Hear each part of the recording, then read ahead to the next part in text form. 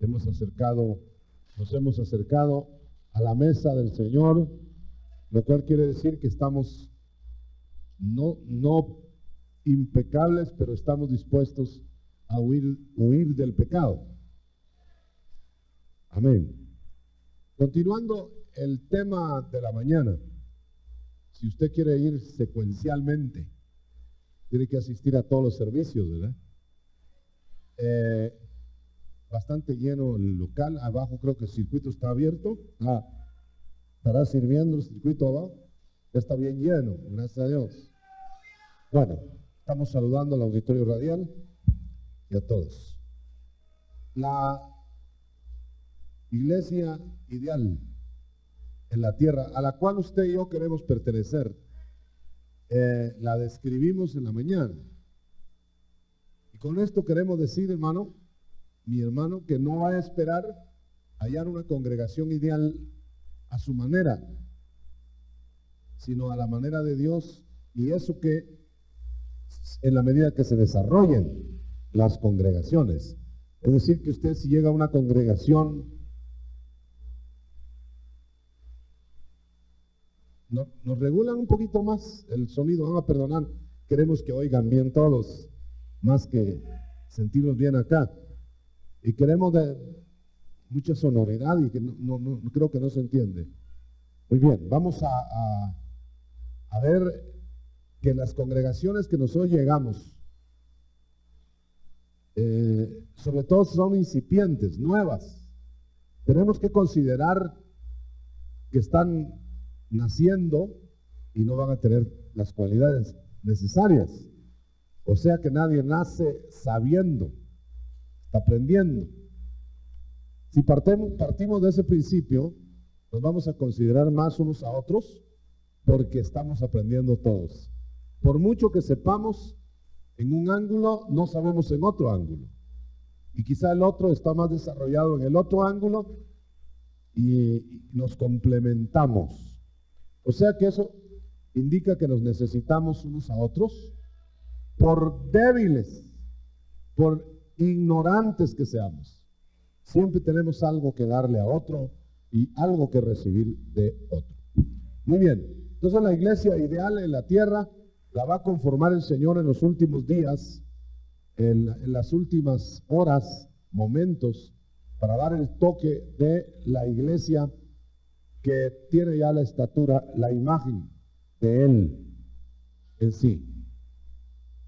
¿Se recuerda usted que Pablo dijo que Él sufría como dolores de parto hasta que la imagen de Cristo estuviera hecha en nosotros? Es decir, la tarea del Espíritu Santo por medio de los instrumentos humanos es hacer la imagen como que se estuviera tallando en cada uno de nosotros la imagen de Cristo. Entonces la está tallando, y claro, hay combates del enemigo para que esa imagen se destruya. Y entonces una vez estamos logrando algo y otro día, por nuestra inexperiencia, por nuestra culpa, perdemos la imagen, perdemos lo caminado y volvemos otra vez a empezar. Eso pasa con los ministros y pasa con las ovejas. Tal vez el ministro ya está terminando una administración, logrando ciertos avances y se le desploma la oveja.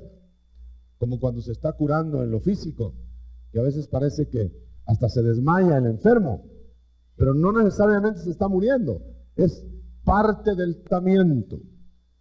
Así sería en el campo del alma. Muy bien, entonces, por ejemplo, al recorrer las 7 iglesias, que no las vamos a recorrer, vamos a ver algunos aspectos por causa del tiempo, no podemos hacerlo de un solo tiro. Vemos que la iglesia ideal de estatura, de varón perfecto, es la iglesia que va a ser el primer contacto con el Señor. Es la fase, pues, de la iglesia. Dijimos en la mañana que no eran 7 iglesias, 7 fases en la iglesia. Entonces, el primer contacto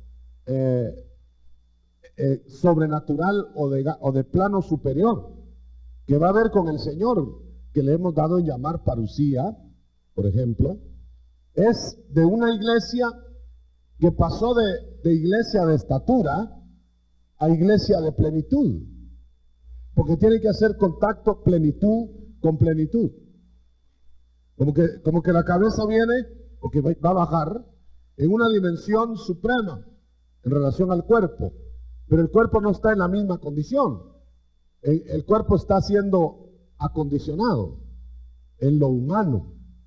Pero al llegar el momento del contacto del cuerpo y la cabeza, el cuerpo sufre un traslado con una transformación, más bien una transformación primero y un traslado. Esa es la iglesia que se ha dicho tanto arrebatada. O sea que es un área, porque insistimos en que esa iglesia como fase es la iglesia de los más que vencedores. Es de las primicias de Cristo. Entonces no puede ser todo el conjunto. ¿Por qué? Porque no todo el conjunto llenó la estatua. Pero al llenarla y haber un premio a la estatura lograda, al alma plenamente sometida, que ya no vive para sí, la levantan a un nivel de cuerpo glorioso. Ahora, la pregunta que surge desde luego sería, ¿y qué pasa con el resto del cuerpo que está apagado, pues? Que no se levantó al llamado de Cristo. Despiértate, tú que duermes. Nota eso. Entonces el Señor quiere hacer un contacto con esa iglesia. Lo empezó al tocar la puerta de 2:20 de Apocalipsis. Piénselo bien, usted se ha leído el Apocalipsis. Entonces, si no hubo una relación íntima personal, no lo va a ver de conjunto con las primicias. Entonces el Señor tomará a los que despertaron al tocar. Despiértate, tú que duermes, para que Cristo te ilumine, te alumbre, un contacto espiritual. Por supuesto que habrá muchos que se van a quedar, y yo quiero que lo oiga bien, hermano, dormidos, pero no muertos, porque son dormidos de entre los muertos. No es levantar muertos en el sentido espiritual, sino levantar dormidos. Por eso, despiértate. No dice despiértate tú que estás muerto. Dice despiértate tú que duermes. Levántate de entre los muertos para que Cristo te alumbre. Entonces no va a alumbrar muertos. Ni siquiera va a alumbrar a los que tengan los ojos cerrados. Porque le pide que despierte para que la iluminación se aproveche. ¿Me estoy explicando, hermano? Dice amén a eso. Bueno, por lo menos están entendiendo los que dijeron amén. Ahora, después de que ese acto, ese momento llega, surge la iglesia gloriosa.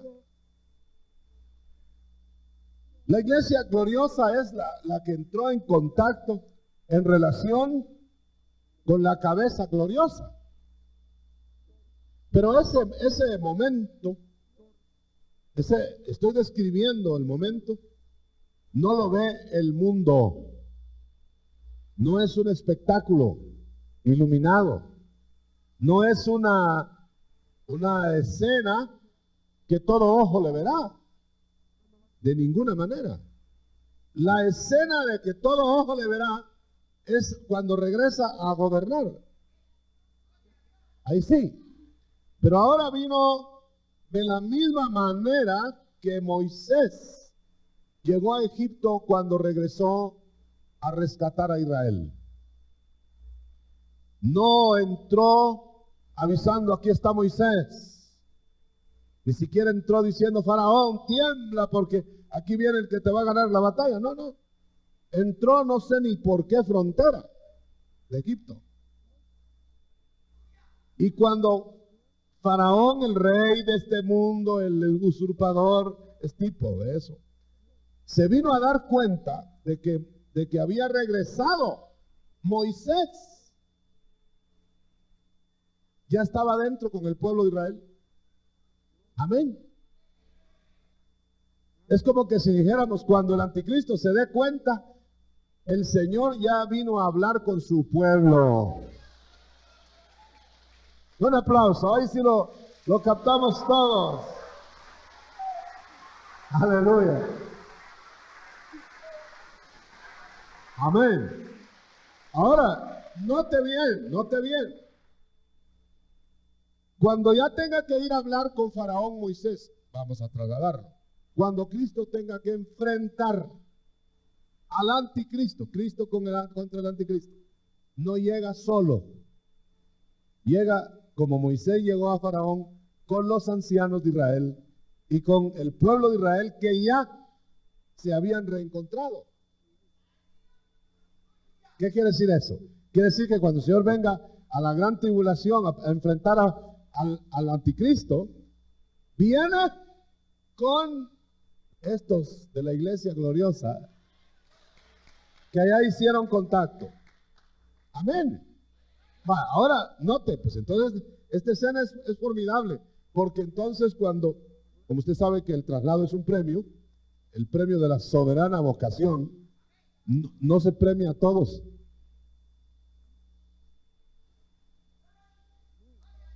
Usted sabe, yo creo que solo en Guatemala premian a todos los que corren, man. De ninguna parte premian a los que pierden, pues. Entonces, habrán premios de consolación aquí en la tierra. Pero en este caso, muchos del pueblo de Dios van a ser avergonzados a su venida. Se van a retirar avergonzados. Muchos van a ser azotados, poco o mucho. Otros van a ser puestos con los hipócritas. Mire toda la clasificación. Otros van a ser echados a las tinieblas de afuera. Por eso usted encuentra que cuando se abre el Hades, en la historia de Cristo del Lázaro y el rico, usted ve a dos personajes, uno sufriendo en su alma y otro descansando, y todavía no ha sido el juicio final. Bueno, también usted va a ver que de los que rechazan, no todos están siendo rechazados por perdidos, sino por no preparados. Vayan a prepararse, vírgenes fatuas. Ya no sigue la historia, quisiéramos que siguiera para ver en qué pararon, ¿verdad? Pero si se fueron a preparar, les iban a hacer otro examen. Si no, ¿para qué mandarlos a preparar? Ya no hagan nada, ¿verdad? Como aquel que perdió el examen. No le dicen, vaya a prepararse, ya lo perdió. Fuera. Pero se le dice, mire, vaya a prepararse un poquito más, que le van a dar una oportunidad. Bueno, estoy tratando de explicar algo que es muy subjetivo. No es tan fácil de describir. Ahora bien, esta iglesia gloriosa, ¿dónde va a ministrar?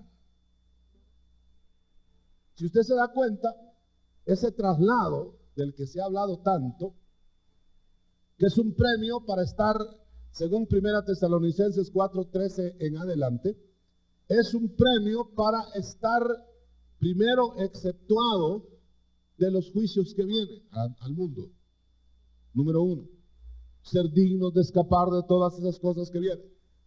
Por cuanto guardaste mi palabra, la palabra de mi paciencia, yo te guardaré de ese tiempo.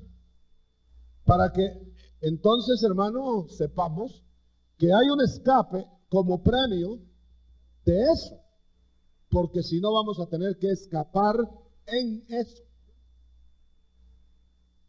Por eso es que va a haber ministración de parte de la iglesia. Por eso es que dice de esta iglesia gloriosa. Por eso la iglesia gloriosa va a hacer cosas mayores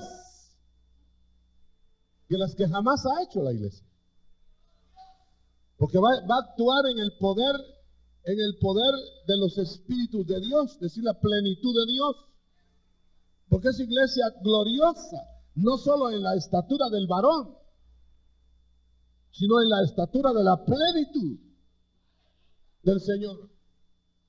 De tal manera que no va a poder ser que en ese grupo haya personas dormidas. Por eso no puede ser que haya personas que no estén consagradas. Por eso no puede ser que el Señor la santifique, la pruebe, si no está de ser aprobada. Por eso dice, lo que tienes ahora, ganando la estatura del varón perfecto, no lo pierdas. Más bien dice, mira que ningún otro que va tal vez más atrás, que tal vez acaba de empezar, te arrebate tu corona, que él tenga corona y tú no. Eso quiere decir. O sea que se está hablando aquí, hermano, si usted me permite que lo diga con énfasis. No se está hablando de escapar para ser salvo, sino se está hablando de un premio por haber corrido como para ganar. Eso es lo que Pablo decía. Él no pensaba perder la salvación. Él lo que pensaba que podía perder era el premio. Y después de haber sido heraldo, llegar a ser eliminado, decía. Pero eliminado de la carrera, no de la salvación que le habían regalado. Él dice que iba prosiguiendo al blanco, prosiguiendo a la premiación, y también decía en otros momentos, decía, yo no lo he alcanzado, prosigo.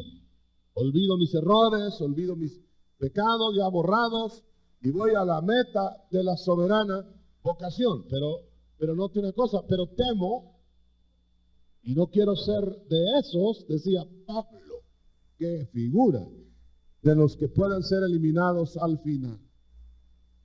Entonces, hay la posibilidad de ser eliminado al final. Fíjense qué cosa más tremenda, hermano, cuando nosotros pasamos por alto a veces versículos tan profundos en la Biblia y los pasamos corriendo como que no los vemos. Por ejemplo, ¿sabía usted, según un pasaje bíblico al respecto de esto que estamos hablando, sabía usted que había un varón de la iglesia, de una de las iglesias bíblicas, que le entregaron su cuerpo y su alma a Satanás, para que su espíritu fuera salvo en el día de Cristo? Entonces quiere decir que como que estuviera en peligro de espíritu. Y dice, salvo en el día de Cristo. Como quien dice, lo vamos a escapar por castigo acá, para que se abstenga de pecado, para que esté listo el día de Cristo. Por eso es que le pide a usted, hermano, y es una pregunta muy, muy honda. A mí me lo hicieron una vez y me dejaron callado. Yo no sabía yo en ese tiempo. Y la pregunta que me hicieron, que yo no sé por qué se me había metido en la cabeza por mis deducciones de hace tiempo, que ya el espíritu tomado por el Señor ya no tiene problema. Pero yo sentía que mi espíritu tenía problemas. Fíjense, decir, ¿qué será eso? Porque yo entiendo que no debe tener problemas, pero tiene. Entonces me hicieron una pregunta. La pregunta que me hicieron, ¿qué le pasó al espíritu de Adán? Me lo hizo un siervo cuando pecó. Cuando pecó su alma, me dijo. Y yo ya sabía para dónde me llevaban. Y dije yo, me cogieron en curva. Porque ¿qué podía contestar? ¿Qué pasó con el espíritu de Adán? Usted sabe, el espíritu de Adán estaba vivo. Pero el alma pecó voluntariamente. Y entonces murió el espíritu.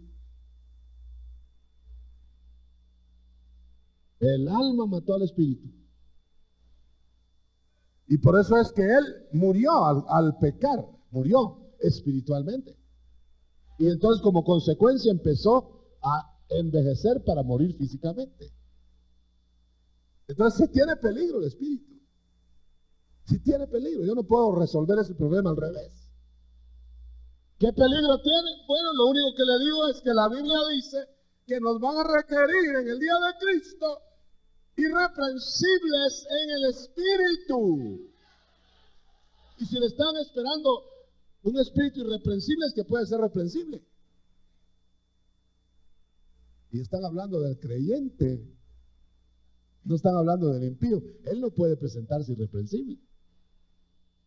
Así que hay que tener cuidado. Esta noche Santa Cena es una buena noche para que temblemos y vayamos a conservar, a observar y cuidar nuestra salvación con temor y temblor. Así dice la Escritura. Ahora, note que la iglesia gloriosa, a la plenitud de Cristo, es una iglesia que va a ministrar aquí. ¿Por qué? No en el cielo no necesita administraciones de esa clase. Aquí en la tierra porque se va a casar. No se ha casado todavía ahí. La levantan para casamiento. Entonces la estuvieron madurando en alma, la estuvieron arreglando en espíritu y la tienen ahora lista para arreglar el cuerpo. Porque no puede haber nada completo, precioso, pleno, si una de las tres partes está mal. Entonces ya está bien, vamos a convenir, en la estatura del varón perfecto, ya está bien el espíritu, ya está bien el alma. Muy bien, precioso. ¿Y el cuerpo? El cuerpo todavía achacoso. El cuerpo todavía ahí tambaleante y limitado. ¿Y qué le digo? ¿Qué más? Con gente que está pensando a quién le va a quedar todo lo que tiene aquí, en vez de estar pensando gozoso de que va a tener mucho más allá. Entonces el Señor lo que va a hacer es tomar el cuerpo de esta iglesia gloriosa y cambiarlo. Ya para una etapa de siglo venidero, no celeste todavía. Es como que si dijéramos, ya puso a la novia, ya la puso lista. Y yo me alegro de que no pueda el hombre arreglar eso, ese es Dios. Y entonces la va a arreglar tan linda, tan preciosa, que ya no va a faltar nada más. Le va a dar una última mirada, le dice, me caso contigo. Es la iglesia del casamiento. Pero una cosa es la novia del altar. Una cosa es la novia ya en el altar. Y otra cosa es ya la esposa. Entonces la otra etapa que no vamos a ver esta noche, pero que la vamos a ver de este lado, es la etapa de la novia hacia el altar. Bien preciosa, bien adornada, con todas sus joyas, ya ve el Señor adorna. Bien adornada, bien hermosa, perfumada. ¿Qué más le digo? ¿Cómo se ven de bonitas las novias? No importa cómo sean, pero cómo se ven de bonitas. En la noche, el altar, ¿verdad que sí? Si no, yo creo que ahí se regresaban muchos. Menos mal que aquí sí se ven bien, no como allá en el oriente que les tapan toda la cara. Y no se dan cuenta cómo va. Bueno, así que ahí la novia preciosa y que como la adornó el esposo, entonces la adornó bien, a su gusto, maravilloso. Entonces esa iglesia gloriosa va a enfrentar poderes satánicos. Porque esa fue esta novia, que va a ser la esposa. Fue creada para no pelear con carne y sangre. Pero fue creada para pelear. Pero no esa pelea, decimos, carnal, pues. Entonces, es como que si dijéramos, la van a exceptuar de las peleas carnales. La van a exceptuar de las peleas aquí en la tierra que van a ser de carne a carne. Eso lo va a hacer otra entidad. Eso lo va a hacer otro cuerpo, que es de guerreros del Señor, que van a estar literalmente preparados para batallas como las que va a tener el ejército de Israel con el anticristo. Eso ya lo sabemos. Pero nosotros venimos con el Señor al clímax de las batallas, pero espirituales, porque nos fuimos peleando espiritualmente. Para hacer ese traslado y todo eso, el Señor tuvo que vencer al fuerte. Él es el más fuerte. Y para inmovilizar al fuerte, ¿sí?, lo venció y quitarle sus joyas. Ahí van las joyas. Pero luego que regresa o que sale de este horno, de este nido de grillos, así parece, entonces la pone en condiciones óptimas para enfrentar poderes mayores satánicos, potestades, principados, gobernadores de las tinieblas, etc., dirigidos por huestes infernales, cayendo literalmente a la tierra estrellas poderosas del mal. Así que de repente lo vamos a ver a usted campeón de campeones ahí en esa iglesia, o nos vamos a ver dominando. Ahora note usted que como no va a ser con carne y sangre, vamos a estar peleando con humanos. Vamos a estar peleando con potestades que no son estirpe humana. Y luego vamos a tener a Satanás mismo, jefe de esas huestes, debajo de nuestros pies. Es una promesa muy preciosa. Gloria a Dios.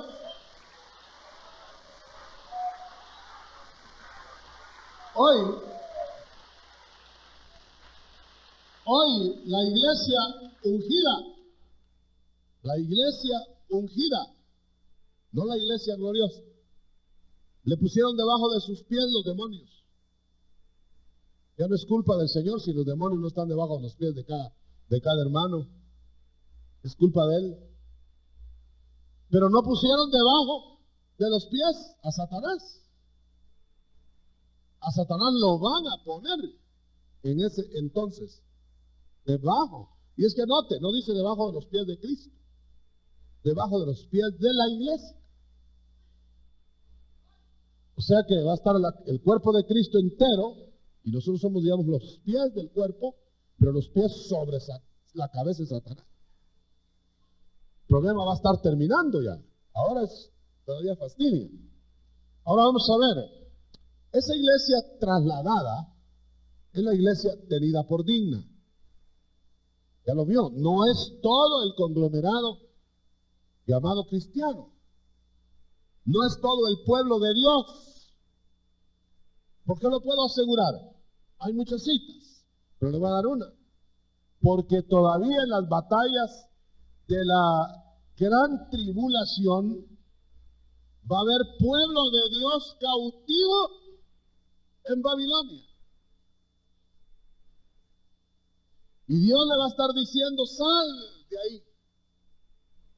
Salid de ahí, pueblo, para que no llevéis las plagas. Va a estar escapándolos entonces. Va a estar llamándolos de última hora, por medio de siervos, por medio de siervas, por medio de otra fase del cuerpo de la familia de Dios, que va a estar escapando. Esta va a ser la gran tarea, hermano, aunque muchos no la crean, pero se puede ver la cantidad de textos que hay en la Biblia de los que no escaparon por no despertar a tiempo, pero que van a ser despertados ahí y van a reaccionar. Muchos de ellos, quizá una buena cantidad, van a tener que dar su vida física. Pero les llama el Señor en la palabra. Estamos hablando de una iglesia apocalíptica nada más. Los vemos vencedores de la bestia, pero mire qué cosa más extraña. Vencedores muriendo. ¿Cómo es posible? En una guerra, en una batalla, pues los vencedores se supone que quedaron vivos, ¿verdad? Pero ahí van a ser una matanza de huellos de vencedores. Entonces son vencedores de la muerte segunda y de la bestia. pero vencedores no materialmente, no físicamente, porque fueron derrotados, diríamos. Pero en el momento de la derrota material, carnal, hermano, el Señor rescata. Se lo voy a poner el ejemplo.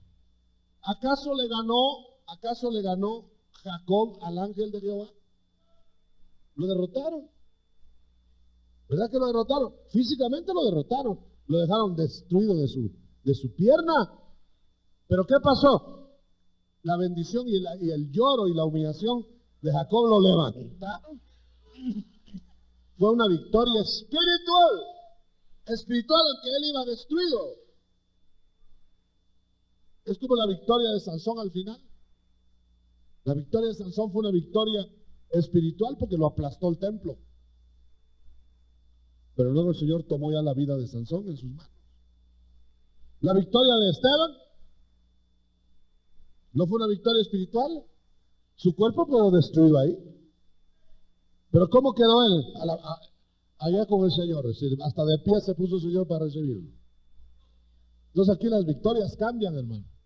Por eso mucha gente se equivoca, se confunde y dice, ay, el Señor no hizo nada por mí porque me dejó morir o me dejó grave, me abandonó. Así haber dicho Marta y María, ¿verdad? Cuando estaba grave Lázaro. Los abandonó el Señor en el mejor momento. Pero ¿qué era lo que quería el Señor? Sacar un Lázaro mejor. Aunque tuvo que dejar que muriera, a veces el Señor tiene que dejar, qué mala noticia para algunos, ¿verdad? Tiene que dejar que muramos. Por eso dice Pablo, y Pablo lo había experimentado. Llegamos en cierto momento, dice, 2 Corintios 1 me parece, capítulo 1, a creer que ya no teníamos escape, que estábamos ya liquidados, dados por muertos, para que aprendiésemos, dice, a no confiar en nosotros mismos. O sea que el Señor tiene métodos un poquito fuertes. Y a veces nos hace pasar buenos sustos para que con el susto nos compongamos. Dice, ahí sí no dice amén, hermano, no dice amén. No dice, no ha pasado todavía por sustos, ¿verdad? ¿Cuántos dicen amén? Como dicen los predicadores, realmente, ¿cuántos dicen gloria a Dios? Pero eso es automático a veces. Esa es la verdad, hermano, esa es la verdad. Entonces, esa iglesia gloriosa, ya voy terminando, la iglesia gloriosa es una iglesia que va a andar siempre con el Señor, ministrando. ¿Dónde va a estar? No le digo que en Zacapa o en Chiquimula, o aquí. Va a estar donde está el Señor. A veces va a estar juzgando, hermano. A veces va a estar juzgando ángeles, juzgando mundo, juzgando hombres, porque vamos a sentarnos a la par de Él. Va a ser la Eva que gobernó con Adán. Así, de la misma manera. Gloria a Dios. Gloria a Dios. Da gloria a Dios, hermano. Bueno, entonces, ¿qué hay que hacer para ser perteneciente a la iglesia gloriosa? Despertar ahora. Porque dice que el que duerme, mire, pongámoslo más claro. Si usted duerme de noche, pues es lógico, ¿verdad? Porque para eso se hizo la noche. Pero si usted duerme todo el día, ya la cosa se pone rara porque no es para dormir todo el día. Entonces dice Proverbios, el que duerme, y dormir no es pecado, pero el que duerme en el día de la cosecha, ¿tiene que estar mal? Como que las hormigas les agarrara un programa al revés, y en el invierno salieran a trabajar, se las barre el agua, hermano. Y en el verano durmieran. En el verano salen a trabajar y en el invierno duermen. Y por eso hay hormigas todavía.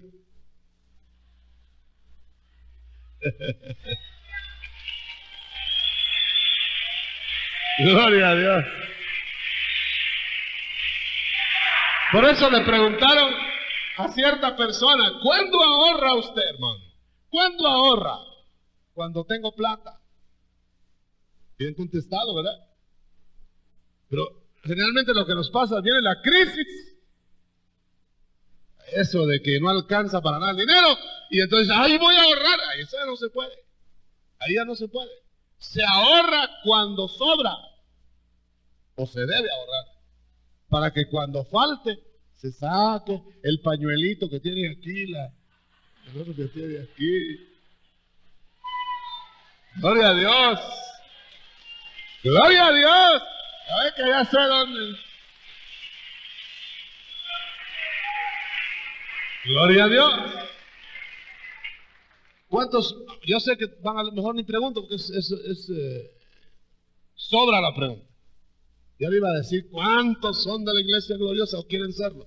Ya sé que todos levantamos 3, 4 manos si tuviéramos. Queremos ser de la iglesia gloriosa. La que va a entrar en primer contacto con el Señor. La que va a ser cambiada primero. Sean muertos. Todavía será más antes que los vivos. Pero transformados. Todos queremos ser. Pero le aseguro que no va a haber ahí en la iglesia esa dormilones.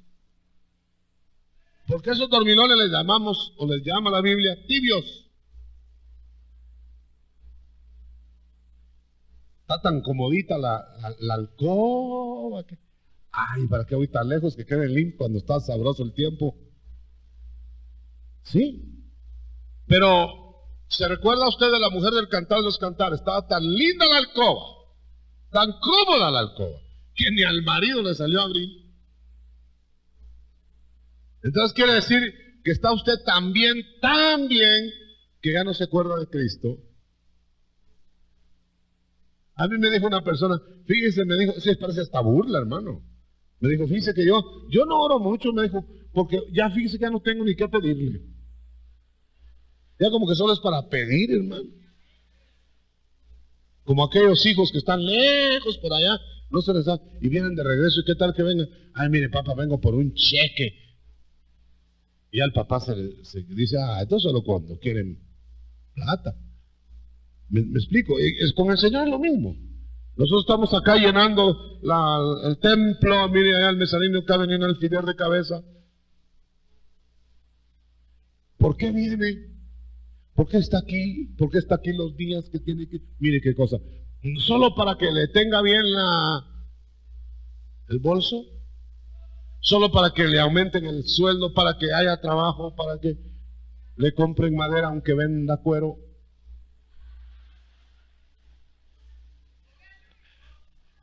No, ¿verdad? ¿Verdad que no? Entonces, si está dormido, despiértate. Ahora, ya nos vamos, mire, pero ¿cuándo se va a despertar? Hoy.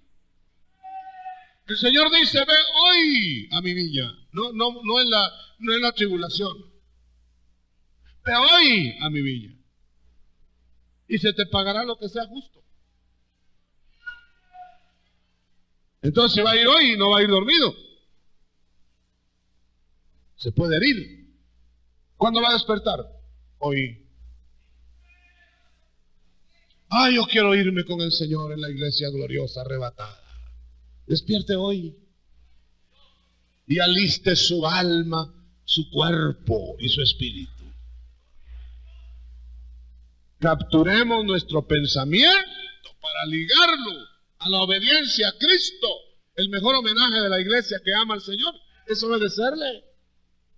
No es evadir al Señor. No es alejarse del Señor. Así que la iglesia gloriosa, la número 2, no es ni siquiera la iglesia ideal en la tierra, es mucho más. Es la iglesia que va a hacer cosas mayores. Es la iglesia que va a enloquecer a Satanás de tanto que lo va a estar dominando. Es la iglesia que va a hacer en la tierra una labor hasta lo último. Y le aseguro una cosa, ni siquiera los medios de comunicación van a ser necesarios en ese entonces, aunque estén a la disposición del hombre, porque el Señor tiene medios mejores. ¿Cuántos lo creen? Bueno, la muestrecita de la iglesia primitiva, hermano. ¿Qué medios tenían ellos? Fíjense que Felipe lo dejó el último bus que había ahí en la Florida. ¿cómo se llama? ¿Qué es más difícil? Ahí el milagro, que es un milagro poder escoger camioneta. Lo dejó a Felipe, pero el Señor lo cogió y lo transportó hasta Soto, así. ¿Ya lo leyó usted en la Biblia? Pero hable usted a la gente de que podemos ser trasladados ahora sin bus. Ah, ¿y qué iglesia será esa? Pues en la primitiva era corriente. Corriente. El hermano I. Ávila contaba de un hermano que se fue en un pueblo, no sé de qué lugar del Caribe, un predicador creo que fue, y dice que ya no habían vehículos y no había cómo irse y era muy peligroso. Asaltaban, por allá también asaltan.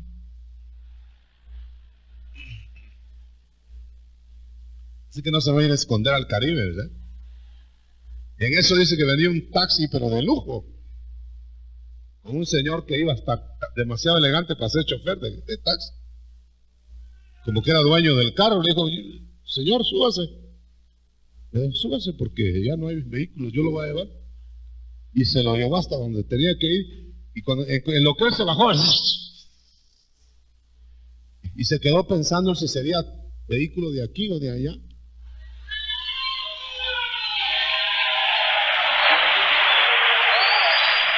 Amén. Bueno, nos suena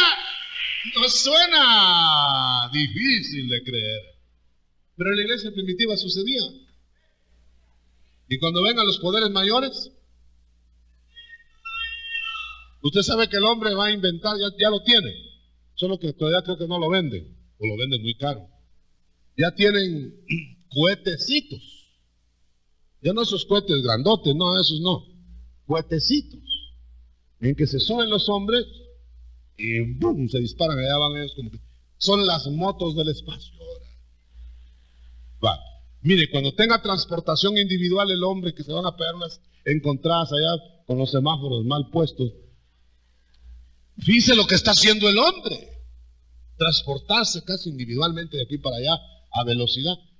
¿Y cree usted que nosotros, que somos los dueños de todo lo que sabe Dios, no nos va a dar para andar para allá, para acá? Aleluya, aleluya.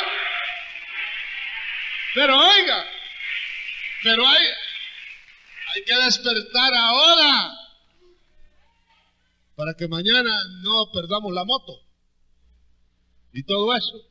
Pero no, ojalá fuera solo por eso, sino porque vamos a andar con Él a la semejanza de Él, porque Él será como el hermano mayor.